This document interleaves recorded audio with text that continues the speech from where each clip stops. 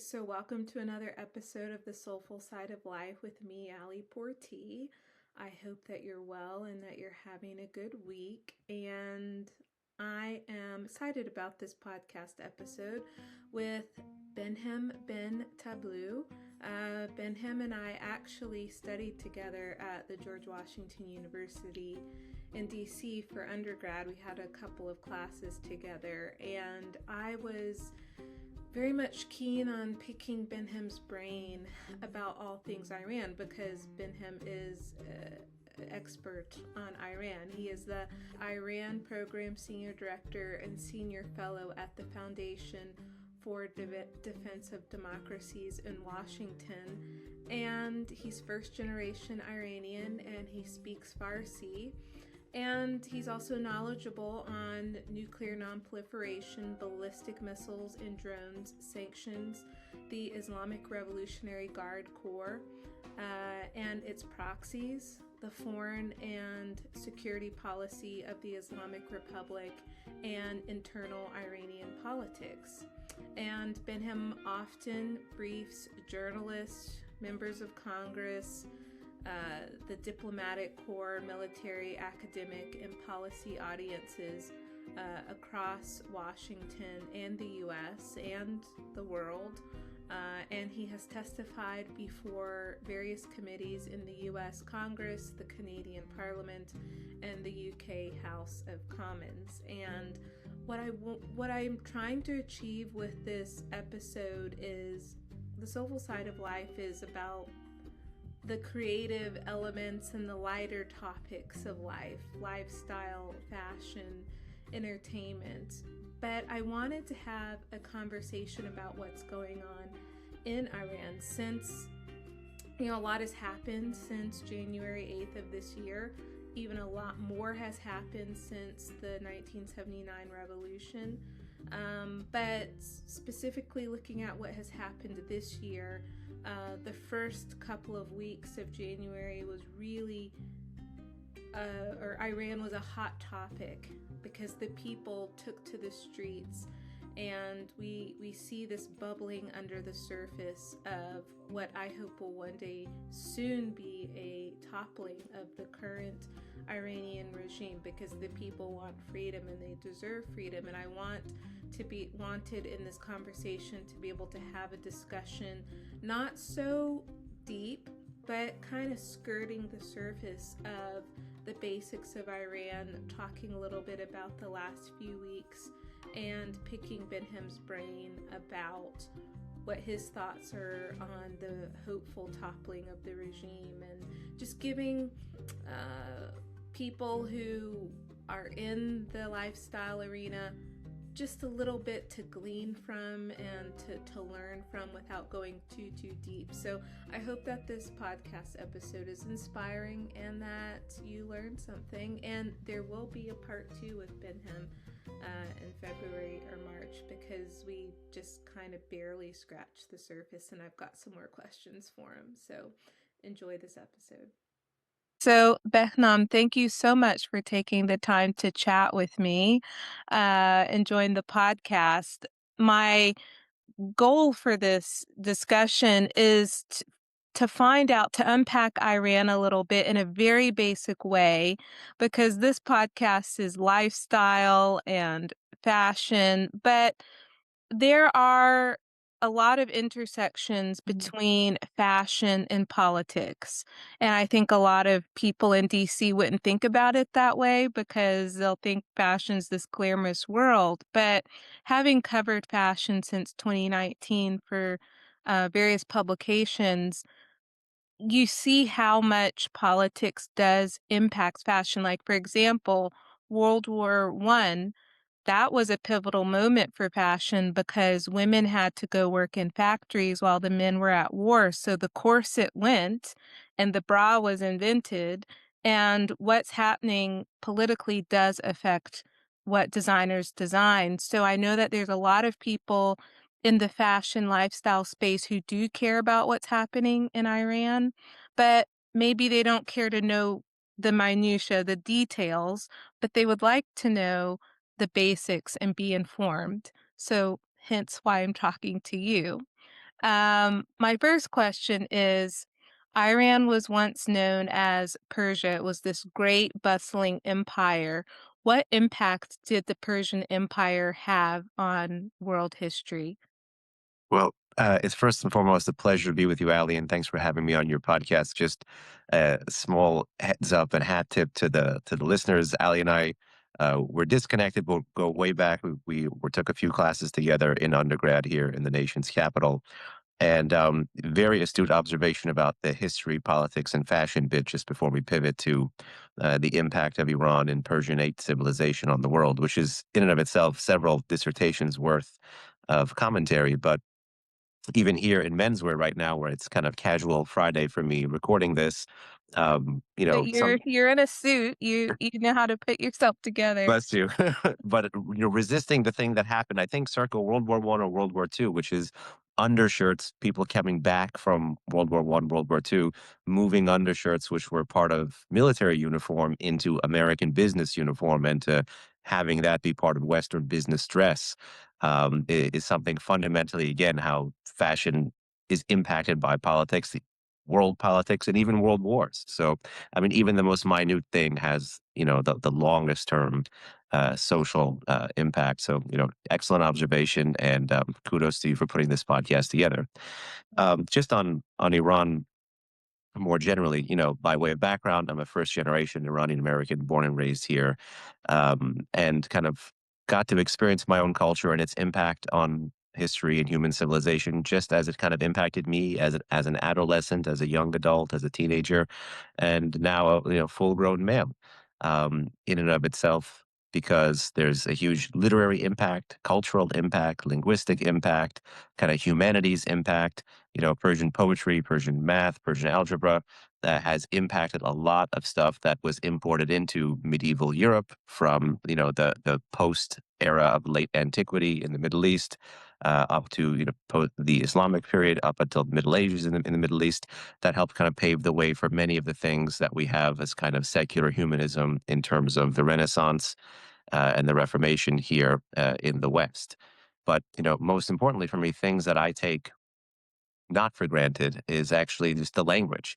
If you look at Iran today, and so in the Persian language, uh, Iran is Iran, has been Iran. It was called Persia, one of three distinct tribes that has inhabited the plateau that is the modern country of Iran today for over 2,500 years. But Iranians, for at least several millennia, had been calling this place, had been calling that plateau Iran, in particular in the past, I would say 2000 or 1800 years, when they kind of developed the concept of a homeland.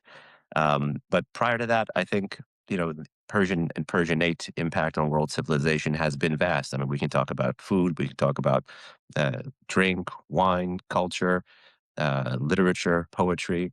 The challenge is, of course, and perhaps as is most interesting for folks on your podcast, is how come today, when you mention Iran, or how come today, even when you mention Persia, you don't get to evoke some of those nicer, more genteel things that have impacted human history for the better. You unfortunately talk about war, conflict, terrorism, nuclear weapons, things that I work on in this town, like missiles and drones and missile proliferation. And that is fundamentally because of a choice made by a government that came through, street protest over 47 years ago, overturned a Western backed monarch. And now fundamentally has been at war with its own population for a very long time, despite coming through power via the street as well. So, unfortunately, what we've seen and heard about Iran and Persia and Persianate civilization over the past four decades has unfortunately cast a very heavy shadow over the past 2.5 millennia of all those things that we only very briefly got to discuss. I mean, here we have anthologies of Persian literature, Persian history, poetry, cookbooks, carpet stuff. Um, but unfortunately, today, if you ask the average American, even someone working on these issues, you will almost certainly be talking about those more kind of menacing security and political challenges that have come from this place, rather than, those, I think I would say, much more culturally important and socially impactful things that Iranians and Persianate civilization has been able to gift the world. So um, consider this for me both an affair of the head and the heart to have this conversation. But it's also one reason why Iranians are protesting today. I mean, many Iranians who are protesting today, and we can get into this, it's over 3 weeks plus of protests, the biggest ever in the 47-year history of the Islamic Republic. Um, may not have been born, and certainly we, in terms of age and demographics, were not born at the time of the 1979 revolution in Iran, but they hear stories or they see videos or documentaries of what life was like before. And certainly, while it wasn't perfect, one of the most important stories that my father tells me, and that we get to tell other Iranian friends and acquaintances, is how he was able to travel in Western Europe in the 1960s with an Iranian passport easier than his Italian friends were traveling with an Italian passport. If you tell any Middle Eastern person over the past 3 decades who has been born in the region and come to America that it was easier to travel with that passport than a Western passport, their head will literally explode. And that is just one very acute measure of what was lost and what has not been gained by the past 46 years of modern Iranian political history. It's unfortunate because, I mean, the Iran or Persia had such or has such a rich cultural history, and we don't know about that. My dad served in the US Air Force, and when he was stationed in England, he said Iran sent their pilots to be around US servicemen to learn about, flying and things like that. And um, it was just this rich place that I think would you say that the Western world at that time in the 60s and 70s knew about the cultural richness of Iran compared to people today in the West? I think people were aware. I think they were aware, but they were aware for several reasons. The top reason, which in my view did a lot of the heavy lifting, was that you had a government then that took pride in and extolled that 2,500 years of history. Whereas today, we have a saying in the office where I work in Washington, the Foundation for Defense of Democracies, about a certain turn of phrase about the current Iranian government. Sometimes we hear the current Iranian government be called the Iranian regime. And we say there's nothing Iranian about this regime because this regime abhors the 2.5 millennia of history. It is a sharp break with nationalism. It has chosen to make as its governing philosophy Islamism, not nationalism. It is inherently not about quote unquote making Iran great again, but it's about exporting its kind of third worldist, anti colonial 1979 vision of the world globally.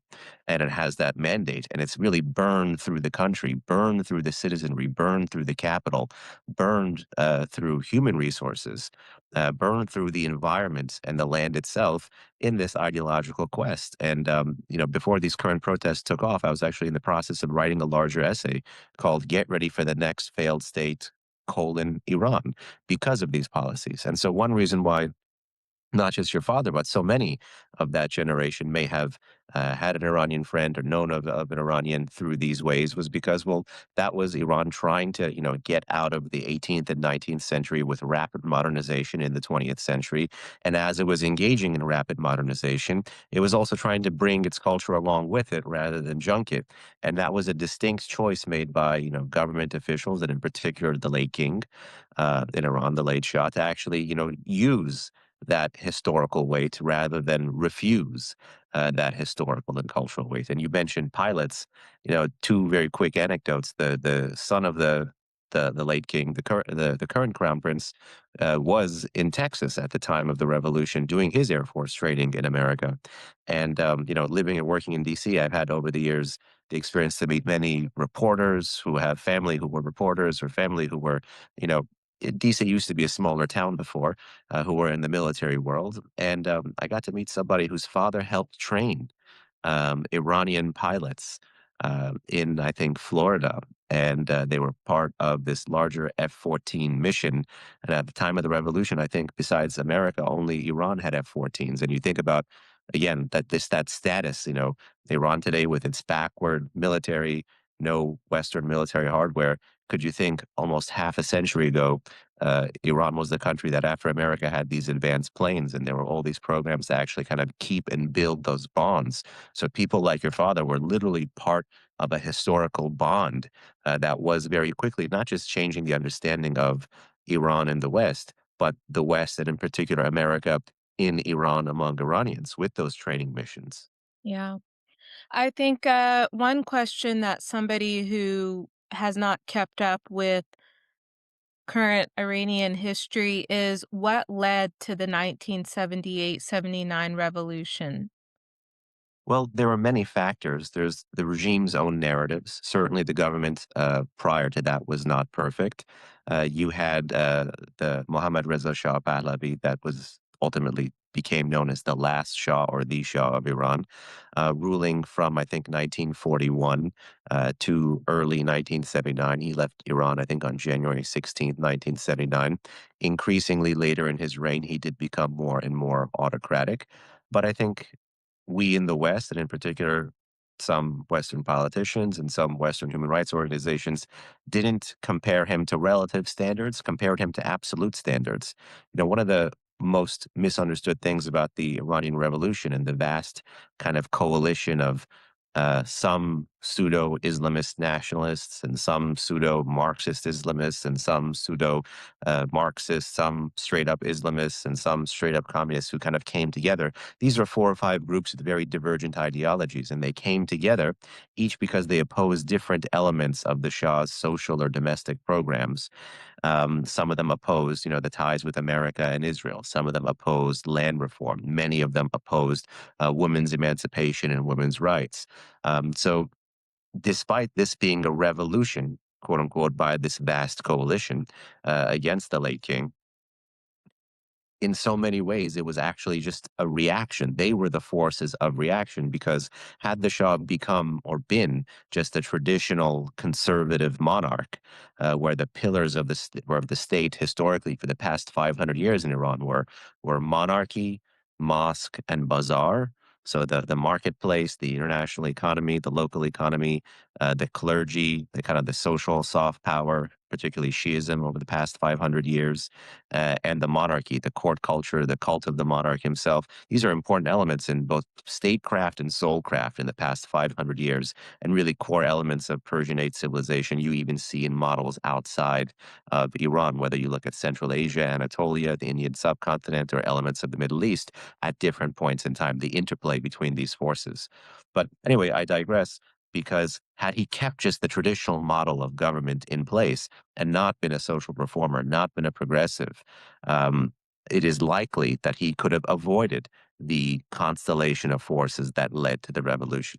But it is actually, in my view, because he kind of cut against the grain, that many see the rapid modernization, that many see the opening, actually, rather than the closing, but the opening of social opportunities and economic opportunities, but not being able to grant political opportunities as this kind of trigger for these diffuse forces to be able to come together. And while I did say it was a social revolution against him and against, again, that institution of monarchy over that ended in 1979, it was a social revolution. Some wanted representative government. It was largely part of this past century of social uprisings for representative government, but the forces that made it were not democratic forces. I mean, 2 or 3 of the main groups that were protesting against the Shah were leftists, communists, armed groups. There were armed Islamist groups. There were armed Marxist groups. These kind of forces, if they constitute the front lines of rebellion against the state, whenever they replace a state, naturally that which they will bring into power is not going to be democratic and is not going to be better. And I think very few American presidents understood that. Certainly, with respect, President Carter didn't seem to get that. But what you see in the commentary, I think, in the late 70s and more importantly throughout the 80s, former President Richard Nixon really, I think, seemed to understand that you have to judge him relative to his region, relative to where his country was, rather than by absolute standards or by some Western standard. And, when you look at Iran today, when you have people protesting en masse against the regime's leaders and the regime using the most brutal violence that we have seen in the past, not just 47 years of the Islamic Republic, but in the past century of street protests. We've never had 20,000 plus killed in a matter of days. This is unprecedented, this level of barbarism from the state against the street. But when you see that and you see what happened in 1979, where the monarch confronted with this massive street protest rather than kill, he fled. He said that he wouldn't sustain his throne based on blood. And when you look at the autocrats of the Middle East today, you can't even put him in that category because that's not what Saddam did. That's not what Gaddafi did. That's not what both Assads did for many years in Syria. And that's certainly not what the Ayatollahs are doing in Iran today. So yes, it was a social revolution against him. Yes, that regime had its flaws for sure, absolutely, historically, but those flaws are not the current gripes of the population today. And if anything, one reason why that regime, ironically, is popular now more than ever before, that form of government is popular, that worldview is popular, is because they actually were able to give people social opportunities, economic opportunities, where exist. And hopefully we can get to an Iran where all three social opportunities, economic opportunities, and political opportunities exist. Yeah. Why, what has led or what led to the protest that we saw a few weeks ago? I know that the economy was one of the main motivations of why the people took to the streets. Are there any other, or yeah, what led to it? So the most recent iteration of protest that you're talking about, the one that began on December 28th, had a proximate cause, or it had what I like to call a trigger. And that trigger, you're right, was an economic trigger, hyperinflation in the country. The day that the Tehran Bazaar, remember that same marketplace force that we had been talking about, went on strike, had some protests in Tehran, um, was when the rial, which is the unit of currency in that country, on the unofficial exchange rates, because the regime has many different exchange rates, some subsidized, some not subsidized, some official, some unofficial, some rates at which the government imports or sells products. It's a whole thing, but it's just another sign of this being a kleptocratic backward economy. But on the rate that is commensurate with the free market rate, which is sometimes called the black market rate, the value of the real relative to the US dollar was 1.43 million. This is just a far cry from the seven tomans, or the 70 reals that was $1 at the height of the 1979 revolution, and just shows you how far economic incompetence in this regime has gotten. But that protest did not come out of a social vacuum, because as you saw, what started as an economic protest fast became a contagion of political protests across the country that touched every single one of Iran's 31 different provinces. And this protest, despite being triggered by an economic issue, did not have economic demands in its slogans. So it's very interesting. It had political demands. And this puts this protest precisely into a larger movie that those of us who have been looking at Iran have been seeing since December 2017. And December 2017, in a holy city in northeast Iran, city of Mashhad, you had a very traditional conservative city begin to protest, and protest triggered again by inflation and economic issues, but sustained by larger political grievances that creates a contagion effect that we never saw in the Islamic Republic before, despite seeing mass protests in that country in 1994, in 1981, 1994, 1999, but 2009. But those were all political protests. The pattern that the society set, given the failure of politics, even within a highly autocratic state, to deliver some meaningful reform for the population, was that now, anytime there's a crisis, economic crisis, social crisis, even environmental crisis, the population will use it as a trigger to come onto the street, not to protest to fix that thing that caused the crisis, but to arrive at the thesis. Very different people from very different socioeconomic strata, very different demography, very different geography, coming out to protest against the regime in its entirety. So their qualm was actually the one thing that is tough to say here in Washington, which is their qualm was regime change. They want the government of the Islamic Republic gone. They all, despite their very different backgrounds, converged on the thesis that the reason for our bad lot in life is the policies and the personnel and the nature of government in Tehran itself. And so that became this mass protest against the regime. And every iteration of these mass protests that were nationwide that we saw from December 2017 to present, they happened in shorter and shorter intervals. So instead of, 94 to 99 or 99 to 2009, you had 2017, 18, 19 was brutally repressed. Parts of 20, a little bit in 2021, nationwide explosion, 2022 to 2023, and then now this again, late 25 into 26. So a much smaller period of time between them, a much wider spread of protests demographically and geographically, and unfortunately, a much harsher hand from the state against the street, such that when we got to January 8th, which is when the internet started to be blacked out, and we have about 2+ weeks of an internet blackout now in Iran by the government, that's because they're trying to kill people under the cover of darkness and avoid here President Trump's red line about cracking down on protesters as they have in the past. So this is why we have now reports of death tolls as high as 20,000, if not higher. It's insane. I hope that the current regime does topple. Um, do you think that the toppling is going to have to come more so from the people versus outside factors like Trump doing strikes? Iranians, as you mentioned, because you began this podcast with a very kind nod to kind of Persianate civilization, they're proud people. They're very nationalistic people. So when a nationalistic people is willing to forego their history, is willing to get rid of their own can-do attitude and ask for help, it's because they need it. And again, this population, when we talk about some differences with the region, I mean, we can get into that later, or could be another episode. But it is ironically has the most pro-American population, the most pro-American, the most pro-American population, the most pro-Israeli population in the heartland of the Muslim Middle East. Whereas you have at the same time in that country the most anti-American government and the most anti-Israeli government in the heartland of the Muslim Middle East. So what a social divorce between state and society in that country. And because of the ideology of the state and the willingness to use force, they have been able to cower large parts of their population. So it's not like the domestic population hasn't been trying, and it's not like they haven't even tried to get along. Like the story of Iran in the late 1990s, early 2000s was society trying to give this idea of Islamic reform a chance.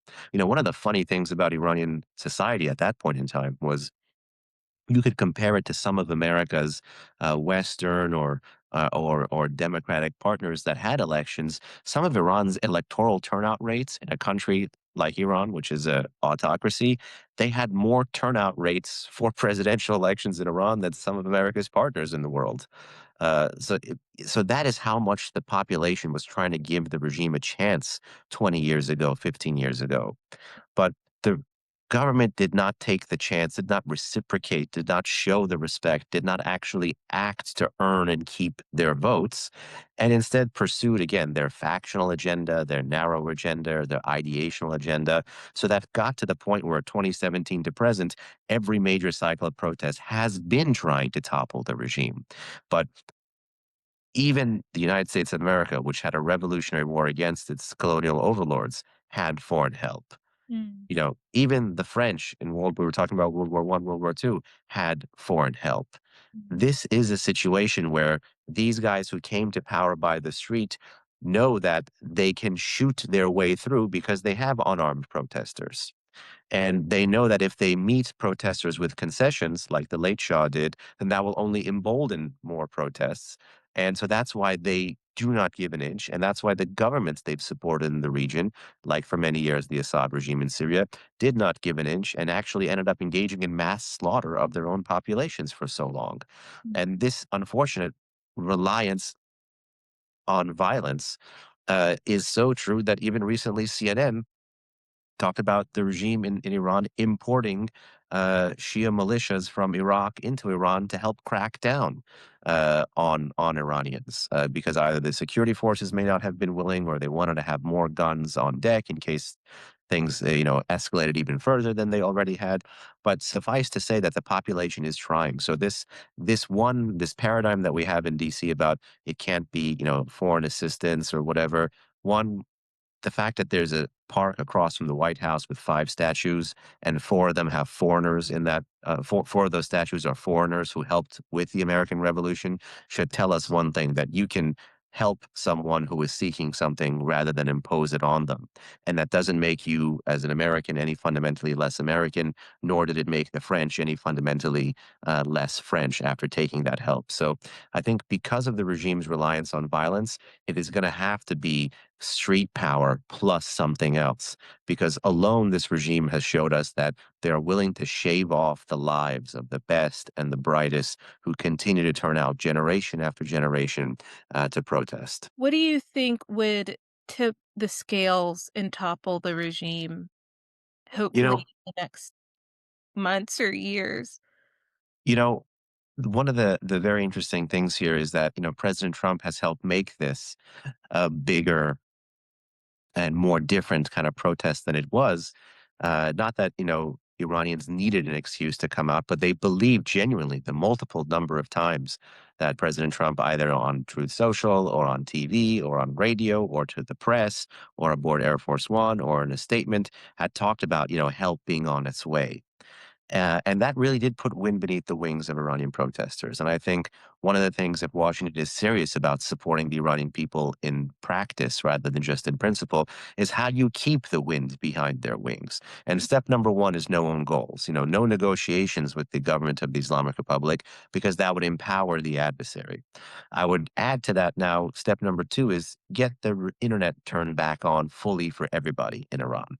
Whoever can kind of, I know it's not a switch, but whoever can kind of flip the switch back on, that's a huge political prize waiting to be had. And perhaps more importantly, whoever can do it while thumbing the nose at the government, that also would put wind beneath the wings of Iranian protesters. But Iranian protesters want help. I mean, when they send videos in English into social media saying in English, they're effing shooting at us. They need help leveling the playing field between the street and the state.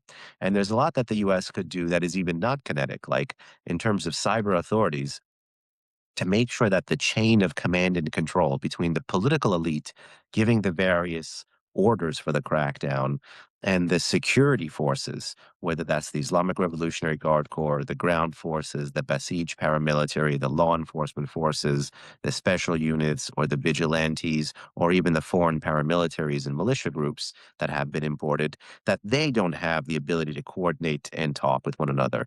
And that could be done electronically, it could be done on the cyber side, it could be done on the kinetic side, but to sever the spinal cord of command and control. And I know President Trump, when we're, talking about the potential for involvement, is seeing involvement through the lens of military action. And one of the most interesting things that we discussed previously is that Iranians, despite being a very nationalistic population, given how much pressure and violence they've seen from the state against the street now more than ever before, I think they would welcome some level of meaningful foreign kinetic support. The question really would be what kind of target?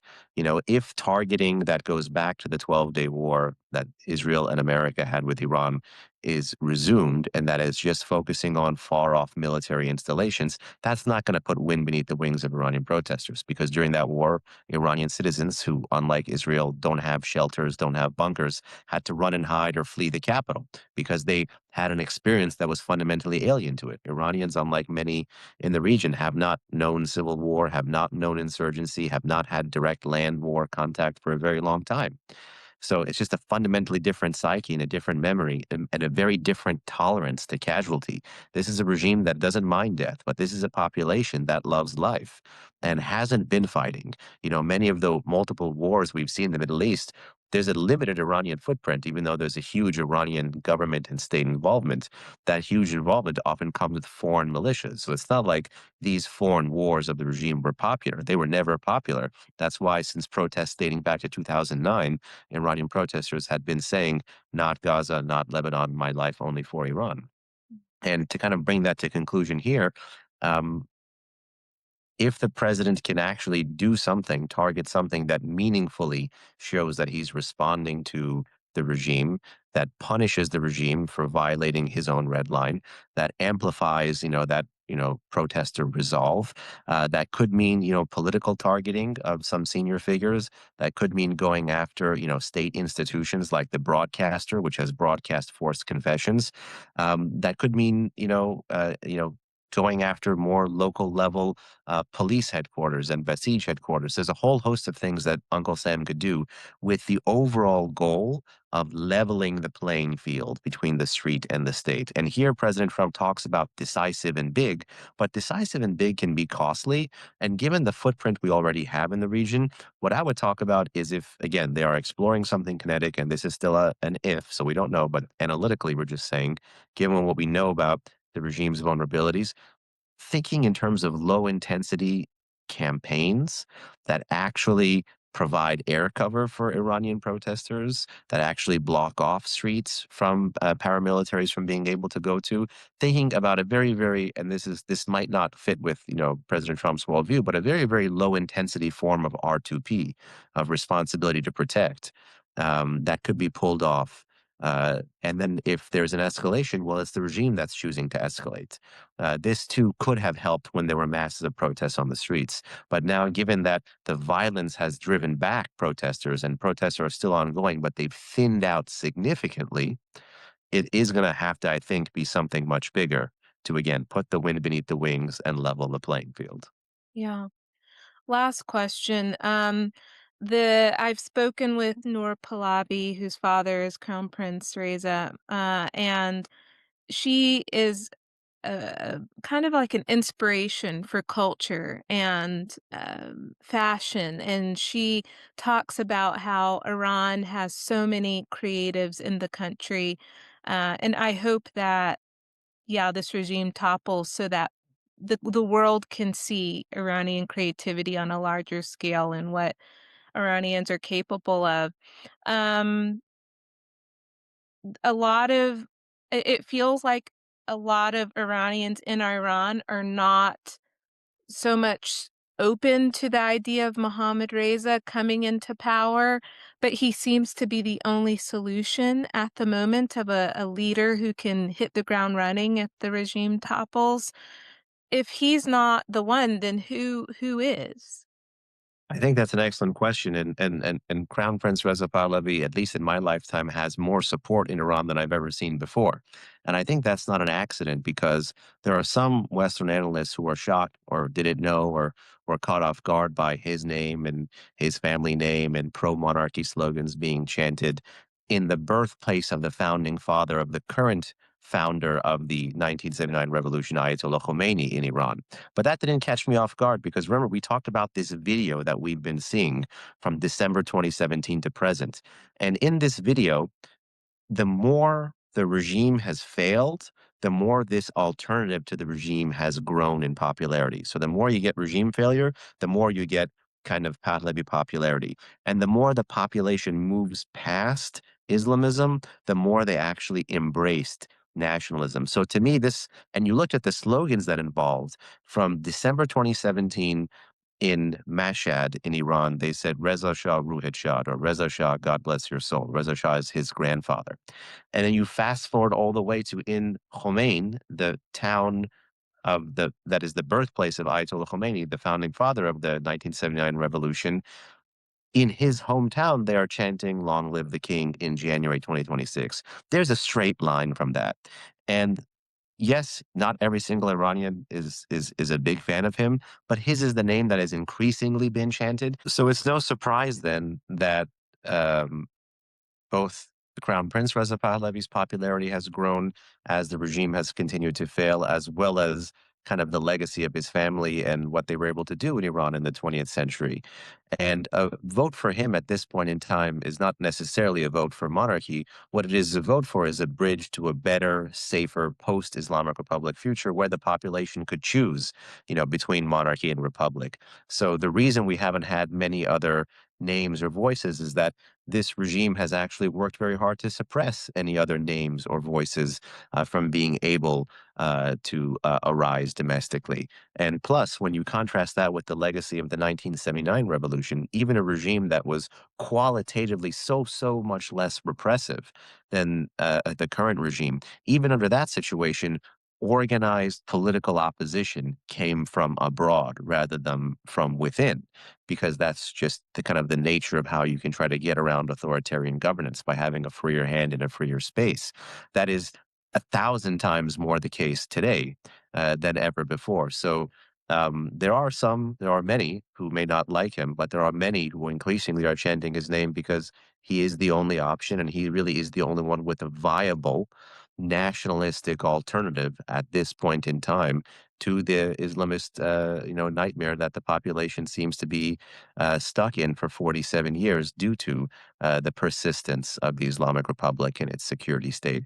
So, long story short, um, this is not, to me, at this point in time, as an Iranian American, a question about monarchy versus republic. It's about who can best embody an ideology 180 degrees opposite the ideology of the current governing elite, and whose name has been steadily and increasingly chanted by the best and the brightest and the bravest of every generation of Iranian protesters we've seen in every protest movement that has not been trying to reform the system, but has been trying to change the system altogether. And when you put those factors together, it does indeed look like at this moment only one. Yeah, and I really like his approach where he's saying, "I'll do it for 2 years." He's not saying he should be reinstated as monarch. Um, yeah, he's trying to walk in a very democratic way to allow the people to choose what they want, but they will need a leader to transition them in such Exactly. a You need situation. And also in the proxy, the Iranian regime proxy states in the Middle East, like Lebanon, you gotta have some kind of leadership there, because that it's really going to affect Lebanon in a great way, because Hezbollah has so much influence in that country. But, That's why if you have a fundamental change in Tehran and you have a foreign policy that is based on the national interest rather than the kind of Islamist governing ideology that you have today, you can actually begin to pull the plugs on these transnational terror groups that the regime has either created in some places or co-opted. And that makes for the state that is dealing with these terror and proxy groups, that makes it an imminently more manageable task to deal with Hamas, to deal with Hezbollah, to deal with the Houthis, to quarantine them, to put them out of business, because you take away its major state backer. And again, that is one of the things that I think when we talk about why we should be on the side of the Iranian population here, there's a moral argument for sure. There's a cultural argument, absolutely, that you mentioned earlier. But there's absolutely a strategic through line here. This is a regime that has been using revenue, oil revenue, the, the platform of having a major state in the region, to chant death to America, to chant death to Israel, and to enact a foreign policy that has come at great cost to the nation. To carry these views and these visions out. Quite literally, this is a regime that has a bounty on the sitting president of the United States. After the 12-Day War, they issued fatwas against him and against his property and against the female members of his family. This is not a normal situation, and nor are we in a normal situation in the Middle East today. And so it would be a mistake, I think, for the West, and in particular America and Israel, who have for many months talked about supporting the Iranian people, to miss this opportunity. yeah, I agree. Well, Behnam, I really appreciate your time. I'd love to do a part two, and kind of maybe talking more about the cultural contributions that Iran has given to the world, and maybe a few more political questions for you. But this has been a good start, and yeah, thank you for your time. It's an absolute pleasure and great to reconnect with you, and hopefully a part two on much lighter and more important, impactful human stories. Yeah, because, they're there. Iran's a rich, rich country, so I think, the fashion world would benefit to know more. Yeah. Absolutely. Thank you so much. Wonderful, have a great weekend. You too. I hope that you enjoyed this podcast episode and that you have found a soulful connection to the conversation. God bless you, and until the next episode, go bless somebody else.